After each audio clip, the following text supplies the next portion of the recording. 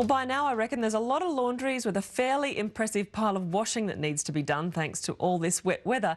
If you thought the only way to get things dry in the rain was to resort to the energy-hungry dryer, then you're in for a surprise. As Marguerite Rossi explains, a few simple tricks and your washing can be dry in a couple of hours. It's the sound filling a lot of homes at the moment. While the rain's been welcome, filling our dams, it's been draining our electricity with dryers working overtime. For the last sort of 3-4 weeks, I've just been using the dryer constantly.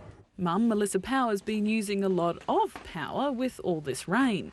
Yeah, I'm not energy efficient. I do use my dryer. And if there is an easy way where everything can dry a lot quicker within the house without using the dryer as much, I'd be happy to use it.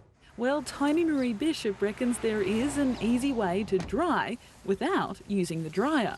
You can dry an entire household worth of clothes probably 3 hours, including towels. Sounds unbelievable, but Tony Marie should know, as the owner of E-Laundry, her life revolves around washing. And her secret to dryer-free drying starts with the humble clothes horse. You really can have your clothes dry on a clothes horse in a matter of hours. With shirts, hang them on clothes hangers with collars turned up.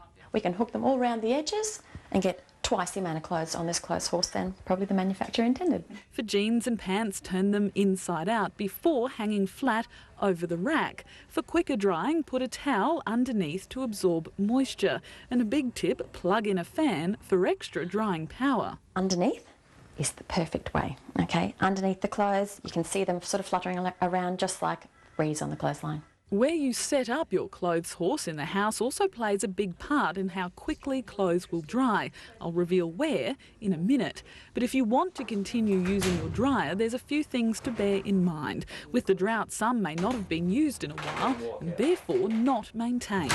If dryers aren't maintained properly, they can be a big cause of fires starting in houses. Tim Watkins is from Queensland Fire and Rescue. He says before using your dryer, give it a good once-over, removing lint from the filter as well as the exhaust at the back. Quite often we find that people don't realise that they actually have to clean lint out of their dryer. In fact, some people don't even realise that there is a lint filter in the dryer. Dryers have gone from zero to hero in recent weeks. They're walking out the door in white goods stores. Yeah, definitely the welcome rain has spurred on the sales of dryers. Josh Marshall is from Retrovision. Dryers there start at $300 right up to $2,500. You're going from a standard tumble dryer into a condenser dryer, so the technology slightly differs, allowing the machine to obviously not have a build-up in your laundry, like the saunery, fluffy feel that you get, and allows it to be recondensed down to water in the other machines.